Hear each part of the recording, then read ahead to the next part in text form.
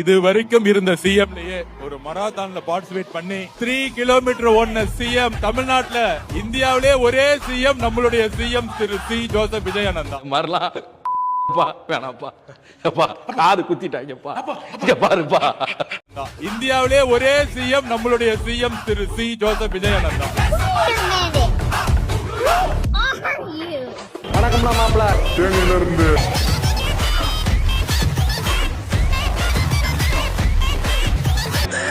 சோலி முடிச்சு. Hi hello வணக்கம் மக்களே. ஸோ இந்த வீடியோவில் நம்ம என்ன பார்க்க போகிறோம்னா, அதாவது இந்த வீடியோவில் ஒருத்தரை பற்றி ரொம்ப முக்கியமாக நம்ம பார்த்தே ஆகணும். குறிப்பாக இவர் எப்பயுமே உண்மை பேச மாட்டார் போல இருக்குது. எப்போயாச்சும் ஒரு மனுஷன் போய் பேசலாங்க. ஆனால் எப்போவுமே பார்த்தீங்க அப்படின்னா பொய்யா பேசிக்கிட்டு இருந்தீங்கன்னா என்ன சார் சொல்கிறது. குறிப்பாக இவர் அமைச்சர் வேற, மிகப்பெரிய, அதாவது முதலமைச்சருக்கு அடுத்தபடியில் இவர் தான் வச்சு பார்த்துக்கிட்டு இருக்காங்க. ஸோ அப்படிப்பட்டவரே பார்த்தீங்க அப்படின்னா எல்லா விஷயத்துலையும் போய் ஏற்கனவே சபாநாயகர் ஆதாரம் இல்லாமல் பேசாதன்னு சொல்லி நறுக்குன்னு கொட்டி விட்டாரு. இப்போ மறுபடியும் பார்த்தீங்க அப்படின்னா ஒரு பொய்யை சொல்கிறேன்ட்டு பொய்யை சொல்லிட்டு வந்திருக்காரு. ஸோ அது என்னன்றதை பார்க்க போகிறோம். அடுத்தது ரீசெண்டாக ஒருத்தவங்க நம்ம மாத்திரை எப்படி பொடி பார்க்கணும், மாத்திரை எப்படி பவுடர் ஆக்குவது, அது கரெக்டாக சொல்லணும்னா மாத்திரையை பவுடர் ஆக்குவது எப்படி அப்படின்னு நமக்கு ஒரு வழிமுறையை சொல்லி கொடுத்துருக்காங்க. ஸோ அது நீங்கள் இப்போ எனக்கு தெரிஞ்சு எல்லாரும் அந்த வீடியோ பார்த்துருப்பீங்கன்னு நினைக்கிறேன். அதையும் தப்பா போட்டுட்டு இருக்காங்க. ஸோ இல்லை என்னாச்சுன்னா அன்னைக்கு ஐபிஎல் நாங்களாம் தான் போயிருந்தோம். ஸோ குழந்தைக்கு அப்போ வணங்க இன்னும் என்ன நீ பைத்தியக்காரனாவே நினைச்சிட்டு இருக்கிறல. ஸோ அது என்னன்றதையும் பார்க்க போகிறோம். நேற்றுக்கு நம்ம விஜய் அவர்கள் ஒரு விஷயம் பண்ணியிருந்தார். அதாவது போதை தடுப்பு அப்படின்ற மாதிரி அந்த ஒரு மாரத்தான் நிகழ்த்தியிருந்தார். அப்போ ஒரு ஸ்பீச் ஒன்று போட்டிருந்தார். நான் இப்போ தான் ரீசெண்டாக அதை பார்க்க நேர்ந்துச்சு. ஆனால் பேசுகிறது, அதாவது விஷுவலாக பார்க்கும்போது சிஎம் விஜய் அவர்கள் தான். ஆனால் வாய்ஸ் பார்த்திங்க அப்படின்னா எதிர்கட்சியில் இருக்கக்கூடிய எதிர்கட்சி தலைவராக இருக்கக்கூடிய உதயநிதி அவருடைய வாய்ஸ் வந்துக்கிட்டு இருக்கு. இது போதை பழக்கத்தால் ஏற்படும் தீய விளைவுகளை நான் முழுமையாக அறிவேன். இது என்ன சம்பந்தமே இல்லாமல் இருக்குது அப்படின்ற மாதிரி. ஸோ அது என்னன்றதை பார்க்க போகிறோம். இன்னொரு நெக்ஸ்ட்டு பார்த்திங்க அப்படின்னா ஸ்கூல் ஐடி கார்டில் ஜாதியை நாங்கள் சேர்க்க போகிறோம். ஜாதி அப்படின்ற ஒரு காலத்தை போட்டு அவங்க என்ன ஜாதியை சேர்ந்தவங்கன்றது கூட மென்ஷன் பண்ண போகிறோன்னு ஒருத்தர் சொல்லிகிட்டு இருக்காரு. ஸோ அது என்னன்றதையும் பார்க்க போகிறோம். பள்ளிக்கு செல்கிற குழந்தைகள் அனைவருக்குமே ஆண்டுதோறும் அவர்கள் சாதி சான்றிதழ் வாங்குவதற்கு மாற்றத்தை உருவாக்குவதற்காக நடவடிக்கை நாங்கள் மேற்கொண்டிருக்கிறோம். ஐடென்டி கார்டு என்று சொல்லப்படுகிற ஒரு அட்டையை வழங்கலாம் என்று நாங்கள் முடிவு செய்திருக்கிறோம். இது எல்லாத்தையும் தான் டீட்டெயிலாக இந்த வீடியோவில் பார்க்க போகிறோம். ஸோ வீடியோ பார்க்கணும் நம்ம சேனல் ஃபஸ்ட் டைம் பார்க்குறீங்க அப்படின்னா ஒரு லைக் ஒரு சப்ஸ்கிரைப் பண்ணிங்க. அப்போ தான் நிறைய பேருக்கு நம்ம வீடியோ சஜஷன் ஆகும். வாங்க வீடியோக்குள்ளே போகலாம். ஃபஸ்ட்டு நேற்று பார்த்தீங்க அப்படின்னா போதை ஒழிப்பு அப்படின்னு சொல்லி ஒரு மாரத்தான் விஜய் அவர்கள் இது பண்ணியிருந்தார். எல்லாருமே அதில் கலந்துக்கிட்டு இருந்தாங்க. ஸோ அதில் என்னடா பிரச்சனைன்னு பார்த்தீங்க அப்படின்னா அதில் ஆதவர்ஜுனா, எனக்கு தெரிஞ்ச ஆதவர்ஜுனா எந்த ஒரு ஃபேக்ட் செக்குமே பண்ணுறது கிடையாது. போய் செக் பண்ணணும். இப்போ நம்ம ஒரு விஷயத்த சொல்கிறோம் அப்படின்னா நார்மலாக இதுக்கு முன்னாடி பார்த்தீங்க, அதாவது இவர் எலெக்ஷனில் ஜெயிச்சு அமைச்சராகிறதுக்கு முன்னாடிலாம் பார்த்தீங்க அப்படின்னா நீ எவ்வளோ வேணால் பொய்யை சொல்லு, என்ன வேணால் சொல்லு, யாரும் அந்தளவுக்கு கண்டுக்க மாட்டாங்க. ஆனால் இப்போ இருக்கக்கூடியது பார்த்தீங்க அப்படின்னா ஒரு பதவியில் இருக்கார். அந்த ஒரு பதவியில் இருந்துக்கிட்டு அமைச்சராக இருக்கார். ஸோ அப்படி இருக்கக்கூடியவர் என்ன பேசணும் என்ன பேசக்கூடாதுன்றதை உன்னிப்பாக பார்த்துக்கிட்டே தான் இருக்கணும். ஏன்னா மற்றவங்க நீங்கள் பேசக்கூடிய எல்லா பேச்சுக்களையுமே எதிரில் இருக்கக்கூடியவங்க பயங்கரமாக கவனிச்சுக்கிட்டு இருக்காங்க. நீங்கள் என்ன பேசினாலும் அது உண்மையாக இல்லையான்னு முதல்ல செக் பண்ணிடுவாங்க. அப்படி தான் பார்த்தீங்கன்னா நேற்றுக்கு ஒரு பேச்சு பேசியிருந்தார், ஒரு பொய் சொல்லியிருந்தாருன்னு கூட சொல்லுங்கள். என்னன்னா, அதாவது நேற்று மாரத்தானில் 3 கிலோமீட்டர் வரைக்கும் விஜய் அவர்கள் ஓடி இருந்தார். இதை எடுத்துக்கிட்டு தமிழ்நாடுன்னு சொல்லியிருந்தா கூட ஓரளவு எல்லாரும் ஏற்றுக்குப்பாங்கன்னு வச்சுக்கோங்க. பட் இவர் சொல்கிற விஷயமே வேற. இந்தியாவிலேயே முதல் சிஎம் பார்த்தீங்க அப்படின்னா 3 கிலோமீட்டருக்கு ஓடி இருக்காரு. இது வரைக்கும் இருந்த சிஎம்லயே ஒரு மராத்தான்ல பார்ட்டிசிபேட் பண்ணி 3 கிலோமீட்டர் ஓடின சிஎம் தமிழ்நாட்டுல இந்தியாவிலே ஒரே சிஎம் நம்மளுடைய சிஎம் திரு சி ஜோசப் விஜயானந்தா. என்ன ஆதவ் சார் இப்படி மாட்டிக்கிட்டீங்களே அப்படின்ற மாதிரி தான். விஜய் 3 கிலோமீட்டர் ஓடினது நமக்கு அந்த ஒரு பிரச்சனையுமே இல்லை. அவர் ஓடினார், சூப்பர், உடம்பு ஃபிட்டாக வச்சிருக்காரு, அதெல்லாம் ஒன்றும் பிரச்சனை இல்லை. ஆனால் இவர் சொன்ன விஷயம் தான் நமக்கு பெரியது. இதை ஃபேக்ட் செக் பண்ணி என்ன பண்ணி விட்டாங்கன்னா, அதாவது இதுக்கு முன்னாடியே பார்த்தீங்கன்னா உமர் அப்துல்லா அப்படின்ற சொல்லக்கூடிய ஒரு சிஎம் அவர் 21 கிலோமீட்டர் வரைக்கும் மாரத்தான்ல ஓடி இருக்காரு. நிறைய இடத்துல அதாவது மாரத்தான் அவர் இது பண்ணியிருக்காரு, கண்டக்ட் பண்ணியிருக்காரு. அதில் இவரும் போய் ஓடி இருக்காருன்ற மாதிரி ஒரு விஷயம் போட்டுருக்கு. அதிகமான கிலோமீட்டர் ஓடின ஒரு ஆள் பார்த்தீங்க அப்படின்னா சிஎம்மாக இருந்தவர் அது அவர் தான். ஆனால் விஜய் அவர்கள் 3 கிலோமீட்டர் ஓடினதே இந்தியாவிலேயே முதல் தடவைன்னு சொன்ன ஆதவு இதை செக் பண்ணாமல் விட்டீங்களே சார். இந்தியாவிலே ஒரே சிஎம் நம்மளுடைய சிஎம் திரு சி ஜோசப் விஜயானந்தா. வணக்கம்னா மாப்பிள்ள தேனியிலிருந்து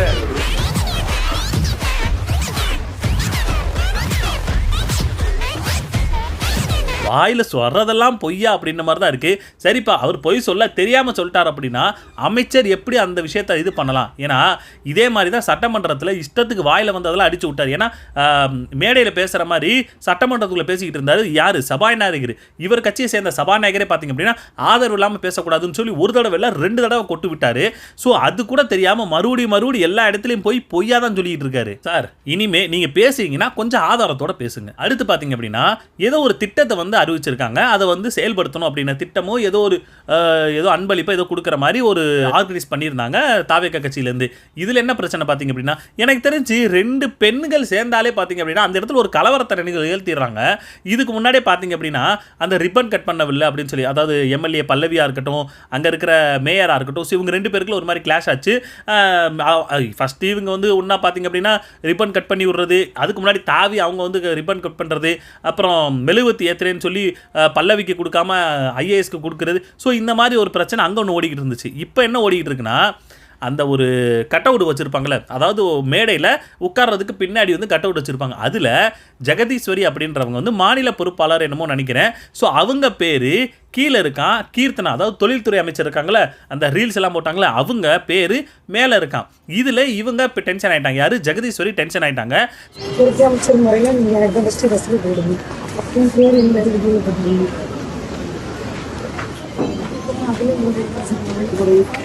பொதுவாக டிஸ்ட்ரிக்ட்லேயே எந்த ப்ரோக்ராம் பொறுப்பு அமைச்சர் முறையில் நீங்கள் ஃபஸ்ட்டு ரசிக்க போடுங்க அப்படின்னு பேர் இந்த வீடியோவில் போட்டுருங்க. மறுபடியும் முதல்ல இருந்தா. ஸோ இதுக்கு அவங்க சொல்லக்கூடிய காரணம் என்ன அப்படின்னு பார்த்தீங்கன்னா, ரொம்ப வருஷமாக விஜய் ரசிகர் மன்றத்தில் இருந்து இவ்வளோதும் பண்ணி இந்த பொறுப்பில் இருக்குது. அதாவது அந்த மாவட்டத்தில் பொறுப்பாளர் அப்படின்னு பார்த்தீங்கன்னா அவங்க பேர் தான் வைக்கணும். கீர்த்தனான்றது வந்து ஒரு கெஸ்ட்டுன்னு கூட வச்சா கூட அவங்க பேர் கீழே தானே வரணும். நீங்கள் எப்படி அவங்க பேரை மேலே போட்டு என் பேரை கீழே போட்டிங்கன்னு சொல்லி அங்கே ஒரு கலவரத்தை வாங்கிட்டாங்க. கேட்குறேன், எங்கே போனாலும் 2 பொண்ணுங்க மட்டும் சேர்ந்தாங்கன்னு வச்சுக்கோங்களேன், அதுவும் குறிப்பாக தாவேக்காலிருந்து சத்தியமாக ஏதாவது ஒரு கலவரத்தை எழுத்திட்டாங்க. இதே மாதிரி தான் அங்கேயுமே, அதுவும் குறிப்பாக சட்டமன்றத்தில் சபாநாயகரே சொன்னார், புரோட்டோகால் படி தான் அவங்க இது பண்ணியிருக்காங்க, நீங்கள் தான் அதை வந்து தப்பாக எடுத்துக்கிட்டீங்கன்னு சொல்லி பல்லவி ஆஃப் பண்ணி விட்டாங்க. ஸோ இங்கேயுமே பார்த்தீங்க அப்படின்னா இப்படி தான் ஒன்று நடந்துக்கிட்டு இருக்குது. அவங்க பேர் மேலே போட்டு என் பேர் கீழே போட்டு எனக்கு ஒரு விஷயம் புரியவே இல்லை. இவங்க கட்சியில் ஒரு பெண்களுக்கு ஒரு பெருந்தன்மைன்றதே இல்லையா அப்படின்ற மாதிரி தான் தோணுது. பேர் மேலே போடலை கீழே போடலைன்னா என்ன, எனக்கு அது புரியவே இல்லை. மேலே போட்டா என்ன கீழே போட்டா என்ன, 2 பேர் தானே. கட் அவுட்டில் 2 பேர் இருக்குது. அதில் அவங்களுக்கு தான் ஃபஸ்ட்டு முன்னுரிமை, இவங்களுக்கு தான் முன்னுரிமை, இவங்களாம் நினச்சிக்கிறாங்க, அவ்வளோதான். அடுத்து நம்ம இப்போ ரீசெண்டாக பார்த்துருப்பீங்க, அது ரொம்ப வைரலாக கூட போயிட்டுருக்கு. கில்லி சரத் அவர் வந்து போதைப் பொருள் யூஸ் பண்ணார். குறிப்பாக அந்த 2 வருஷத்துக்கு முன்னாடின்றாரு. ஸோ அந்த 2 வருஷத்துக்கு முன்னாடியில் அந்த ஒரு ஐபிஎல் மேட்ச் நடந்துகிட்டு இருந்துச்சான், அங்கே அவர் போதைப் பொருள் யூஸ் பண்ணார் அப்படின்ற மாதிரி ஒரு வீடியோ பயங்கரமாக சர்க்குல் ஆகிட்டு இருக்கு.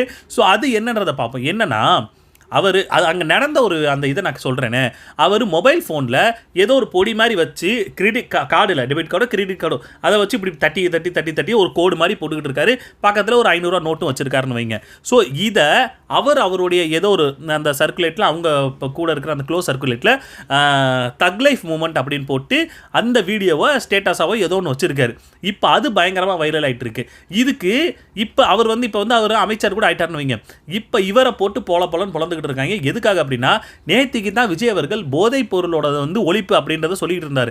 ஆனால் இவர் இவ்வளோ பெரிய ஸ்டேடியத்தில் இத்தனை பேர் இருக்கும்போது, இவ்வளோ இது இருக்கும்போதும், ஆனால் இவர் அதை வச்சு ஒரு போதையை வந்து நார்மலாக அப்போ அவர் பண்ண அந்த ஒரு மென்ஷன் பண்ண அவர் அந்த இது பண்ணார் பார்த்தீங்களா, அந்த ஒரு பவுடர் மாதிரி வச்சு தட்டிக்கிட்டு இருந்தார்ல, அது போதைப் பொருளை எப்படி நார்மலாக நிறைய பேர் யூஸ் பண்ணுறாங்களோ அந்த பேஸில் தான் இருந்துச்சு.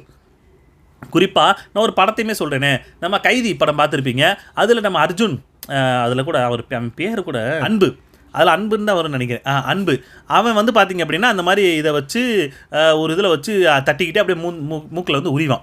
ஸோ இதுதான் நார்மலாக பண்ண வேண்டியது. அதில் நார்மலாக பார்த்திங்க அப்படின்னா அது வந்து ஒரு ரூபா நோட்டை அப்படி சுருட்டி வச்சு இப்படி உரிவானுங்க. நான் நிறைய இடத்துல நான் பார்த்துருக்கேன். அந்த பேஸில் தான் அது தக் லைஃப் மூமெண்ட்டுன்னு அவர் போட்டிருந்ததுக்கு முக்கியமான காரணம், பாத்தியாடா டே, இத்தனை பேர் இருக்கும்போது இவ்வளோ பேர் ஒரு ஸ்டேடியத்தில் நான் வந்து இப்படி வச்சு இப்படி உரிகிறேன்னா எவ்வளோ பெரிய மாமா கெத்து, எதுக்கு சொல்கிறேன்னா இதோட ஆரம்பம் எங்கே வருதுன்னு சொல்கிறேன். இப்போது ஒரு பொட்டி கடைக்கு போகிறோங்க, பொட்டி கடைக்கு போய் எவ்வளவோ சாப்பிட்றோம் வாழைப்பழம். நம்ம அண்ணன் சொல்லிக்கிட்டே இருப்பார், வாழைப்பழம் வெளியே தொங்கும், தாராக வச்சு தொங்கிக்கிட்டு இருக்கோம், அதெல்லாம் வாங்க மாட்டான். சிகரெட்டை ஒளிச்சு வச்சுருப்பாங்க, அதை கேட்டு வாங்கி குடிச்சிட்டு போவான்னு சொல்லுவார்ல, சேம் அந்த சினாரியோ தான். சிகரெட்டை வாங்கி அடிச்சுக்கிட்டு யாராச்சும் பொண்ணுங்க போகிறாங்களா, இல்லை யாராச்சும் ஒரு பெரிய பந்தா கெத்துன்ற மாதிரி சிகரெட் அடிச்சுக்கிட்டு உட்காந்துக்கிட்டு இருப்பாங்க. அதே மாதிரி தான் சரக்கு அடிக்க போனோம், வாங்க போனோம்னா ஒரு குவார்ட்ரு தம்பியே, ஒரு குவார்ட்ரு தம்பி, ஒரு ஆஃபு அப்படின்னு சொல்லி அவ்வளோ இதாக செஞ்சுக்கிட்டு இருந்தவங்க இப்போது அதோட முதிர்ச்சி தான் இது. அவ்வளோ அது பண்ணிக்கிட்டே வர்றானுங்களே, அதோட முதிர்ச்சி தான் இது. பாத்தியா டே, இவ்வளோ பெரிய கெத்துடா, நான் இவ்வளோ பேர் இருக்கும்போது நான் இதை பண்ணுறேன்டான்ற மாதிரி மென்ஷன் பண்ணுறதுக்காக தான் அவர் அந்த மாதிரி பண்ணியிருக்காரு. எனக்கு அப்படி தான் தோணுச்சு. ஆனால் அவர் அது போதை பொருளை தான் யூஸ் பண்ணாரான்னு கேட்டிங்கன்னா எனக்கு தெரியல. ஏன்னா அவர் அந்த இதை நொறுக்கி அந்த பவுடர் தூளாக்குற மாதிரி மட்டும் தான் இருக்குது. மற்றபடி அதுக்கு மேலே அவர் மூக்கில் உரிகிறதோ எதுவுமே அந்த வீடியோவில் இல்லை. இது மட்டும்தான் அதில் இருக்குது. பட் இப்போ அவர் சொல்லக்கூடிய விஷயம் என்ன அப்படின்னா, அவருடைய குழந்தையோடையும் அவங்க ஒய்ஃபோடையும் பார்த்தீங்க அப்படின்னா ஒரு வீடியோ போட்டிருக்காரு. அதாவது நான் அங்கே போகும்போது குழந்தைக்கு உடம்பு முடியலைன்னு சொல்லி பவுடர் பண்ணேன், அதாவது மாத்திரையே பவுடர் பண்ணுறதுக்கு அந்த மாதிரி பண்ணிக்கிட்டு இருந்தேன். அது நான் ஒரு விளையாட்டுக்கு பண்ணது. அது பார்த்தீங்கன்னா இப்படி எனக்கு பேக் ஃபயர் ஆகுதுன்னு. பட் எனக்குமே அதில் ஒரு கன்ஃபியூஷன் இருக்குங்க. இப்போ அந்த குழந்தைக்கு ஒரு 2-3 வயசுன்னு கூட வைங்க, ஒரு 2 வருஷத்துக்குன்னு சொல்கிறாங்க, ஒரு வயசுன்னு கூட வைங்க. அந்த டைம் பீரியடில் 1 வயசு குழந்தைக்கு எனக்கு தெரிஞ்சு மாத்திரை கொடுப்பாங்களான்றது எனக்கு ரொம்ப கன்ஃபியூஷன் தான். குறிப்பாக நார்மலாக இப்போ என் குழந்தையா இருக்குன்னு வச்சுக்கோங்களேன், ஒரு ட்ராப்ஸ் தான். இப்போ வரைக்குமே அவங்களுக்கு 3 வயசு ஆக போகுது, அவங்களுக்கு பார்த்தீங்கன்னா ட்ராப்ஸ் தான் கொடுத்துக்கிட்டு எனக்கு தெரிஞ்சு பாப்பாவுக்கு மாத்திரை கொடுத்து தான் எனக்கு ஞாபகமே இல்லை இப்போ வரைக்கும்.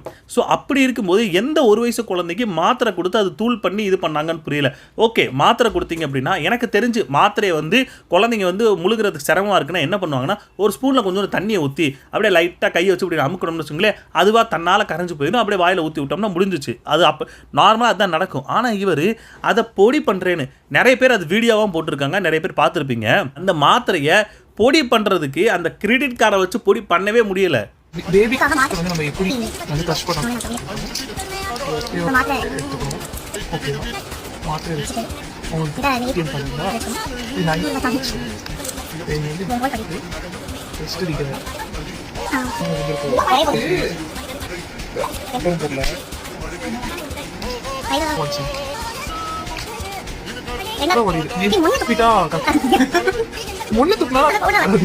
அமுக்குறாங்க, அது இங்கிட்டு ஓடுது, அங்கிட்டு ஓடுது, இங்கிட்டு ஓடுது, அங்கிட்டு ஓடுது, இப்படி தான் ஓடிக்கிட்டு இருக்கு. அவர் அதை எப்படி பண்ணுறாருன்ற மாதிரி தான் எனக்கு ஒரு டவுட்டு. பட் நிறைய பேர் என்ன சொல்கிறாங்கன்னா, இல்லை அந்த குழந்தைக்கு உடம்பு முடியாமல் தான் இருந்துச்சு, அதனால தான் அவன் அப்படி பண்ணான மாதிரி சொல்கிறாங்க. எனக்கு அதில் எந்த ஒரு இதுவுமே கிடையாது.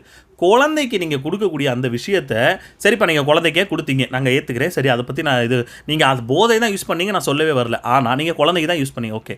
ஆனால் எதில் வச்சு பண்ணிக்கிட்டு இருக்கீங்க? மொபைல் ஃபோனு எங்கெங்கெல்லாம் நம்ம கொண்டு போகிறோம். நார்மலாக காது கிட்ட வைப்போம். இப்போ இருக்கிற வெயிலுக்கு பார்த்தீங்கன்னா, அடிக்கிற வெயிலுக்கு காது பக்கத்துலேருந்து ஃபுல்லாக வேர்வையாக ஊற்றும். காதில் வச்சோம்னா ஃபோன் பார்த்திங்க அப்படின்னா வேர்வையாயிரம். அதை தொடச்சாலே மோஸ்ட்லி அதில் கொஞ்சம் கிருமிகளாக இருக்க தான் செய்யும். அங்கே மட்டுமா கொண்டு போகிறோம், பேக்கெட்டில் வைக்கிறோம். பேக்கெட்டில் வச்சோம்னா அது தெரியும், பேக்கெட்டுக்குள்ளே என்னென்னமோ வைப்போம், எடுப்போம். அப்போ அதோட இதுவும் படும். முக்கியமாக கக்குஸுக்கு கொண்டு போகக்கூடிய நிறைய இது வந்துருச்சு. இப்போ பாத்ரூமுக்கு போயிட்டு பாத்ரூம் போகிறோமோ இல்லையா, மொபைல் ஃபோன் கையில் இருக்கணும். அப்போ பாத்ரூமில் போகும்போது எவ்வளவுக்கு கிருமி அந்த மொபைல் ஃபோனில் அந்த ஸ்க்ரீனில் படும். அதெல்லாம் கொஞ்சம் கூட இது பண்ணாமல் அந்த ஸ்க்ரீன்லேயே வச்சு நீங்கள் குழந்தைக்கு மாத்திரை இது பண்ணுறேன்னு சொல்லி பவுடர் பண்ணி பக்கத்திலே ஒரு 500 ரூபா நோட்டு வச்சு அதை எப்படி நீங்கள் குழந்தைக்கு, குறிப்பாக அந்த கிரெடிட் கார்டை எத்தனை பேர் அந்த மிஷினில் ஏடிஎம் மிஷினில் போட்டு யூஸ் பண்ணி எடுப்பானுங்க. அப்போ அந்த கிரெடிட் கார்டை வச்சு நீங்கள் நொறுக்குறேன் அப்படின்னா இது நம்பகத்தன்மை மாதிரி இருக்கான்றதை நீங்களே சொல்லுங்கள். ஏன்னா அவர் அது யூஸ் பண்ணலைன்னு சொல்லி அவர் வீடியோ போட்டிருக்காரு, குழந்தைய வச்சு வீடியோ போட்டிருக்காரு.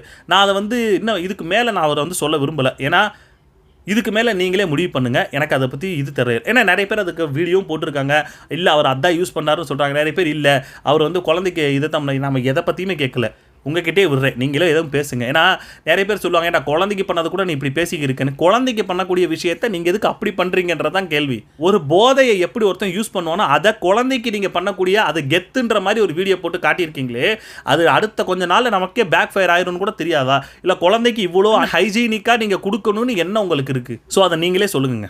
ஸோ அடுத்து பார்த்திங்க அப்படின்னா ஐடி கார்டு. இப்போ ஐடி கார்டு ஸ்கூலில் வரக்கூடிய எல்லா ஐடி கார்டு, அதாவது குழந்தைங்களுக்கு வைக்கக்கூடிய ஐடி கார்டில் இப்போ நம்ம செங்கோட்டையன் இருக்கார் பார்த்தீங்களா, அவர் என்ன சொல்லியிருக்காருன்னா அந்த ஐடி கார்டில் ஜாதி பெயரும் சேர்க்கப்படும். அனைவருக்குமே ஆண்டுதோறும் அவர்கள் சாதி சான்றிதழை வாங்குவதற்கு மாற்றத்தை உருவாக்குவதற்காக நடவடிக்கை நாங்கள் மேற்கொண்டிருக்கிறோம். ஐடென்டி கார்டு என்று சொல்லப்படுகிற ஒரு அட்டையை வழங்கலாம் என்று நாங்கள் முடிவு செய்திருக்கிறோம். எப்படி ஜாதி பெயரும் சேர்க்கப்படும்? எனக்கு ஒரு விஷயம் புரியவே இல்லை. ஜாதி பெயர் சேர்க்கணுமா?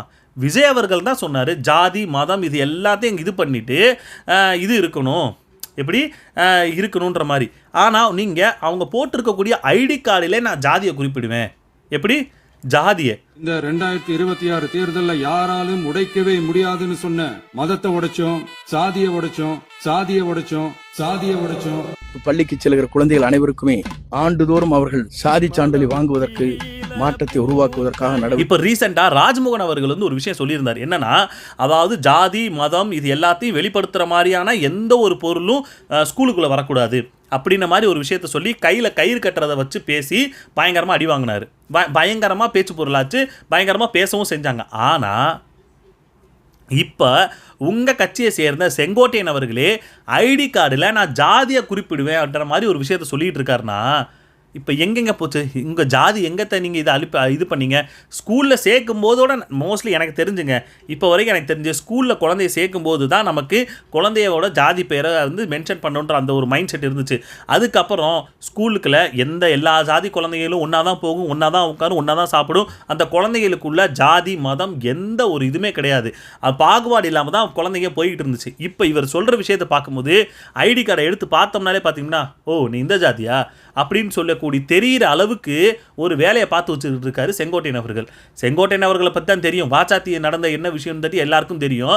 ஸோ மேபி இந்த இதுவும் பார்த்தீங்க அப்படின்னா அப்படித்தான் இவர் கொண்டு போயிட்டு இருக்காரோன்ற மாதிரி ஒரு டவுட் வருது. எதுக்காக ஜாதி பேர்? ஐடி கார்டில் எதுக்கு ஜாதி பேர்?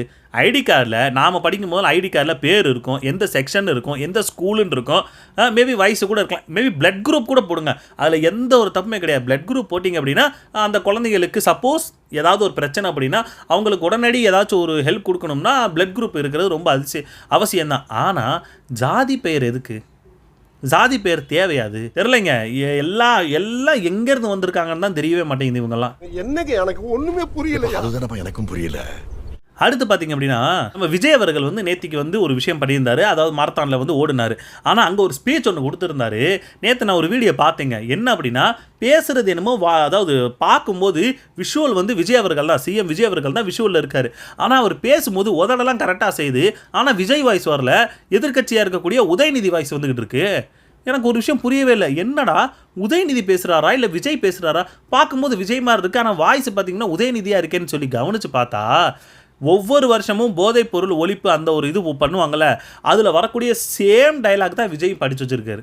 போதை பழக்கத்தால் ஏற்படும் தீய விளைவுகளை நான் முழுமையாக அறிவேன். நான் போதை பழக்கத்திற்கு ஆளாக மாட்டேன். மேலும் எனது குடும்பத்தினரையும் நண்பர்களையும் போதை பழக்கத்திற்கு ஆளாகாமல் தடுத்து அவர்களுக்கு அறிவுரைகளை வழங்குவேன். ஆமா என்ன இது? நீங்களும் அதே மாதிரி, அதே டெய்லர், அதே வாடகை. ஆமாம், இதுக்கு முன்னாடி எல்லாரும் அதே டயலாக்கை போட்டாங்க, இவரும் அதே டயலாக் தான் போட்டுக்கிட்டு இருக்காங்க.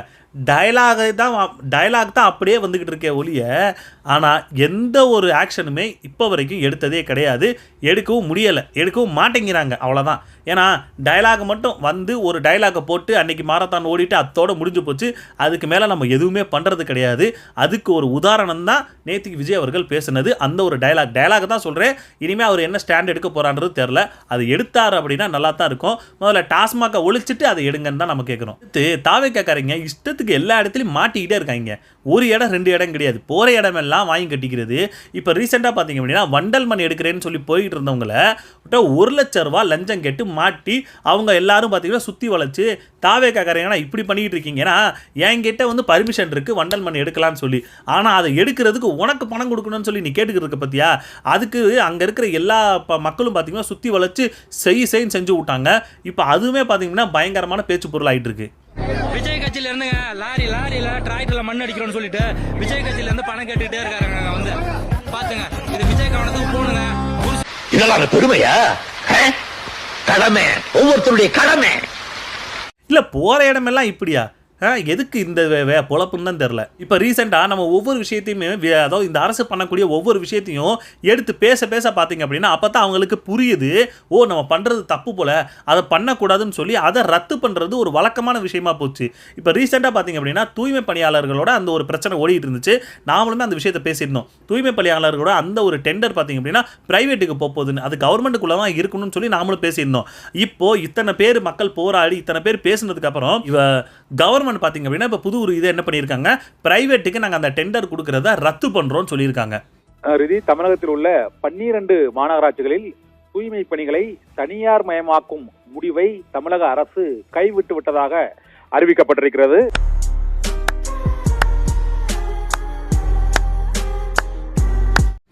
ஓகே சூப்பர், இது வரவேற்க வேண்டிய விஷயம். ஆனால் இது மறுபடியும் இன்னும் கவர்மெண்ட்டுக்குள்ளேயே இருந்துச்சு அப்படின்னா இன்னும் நல்லா இருக்கும்னு தான் சொல்ல தோணுது.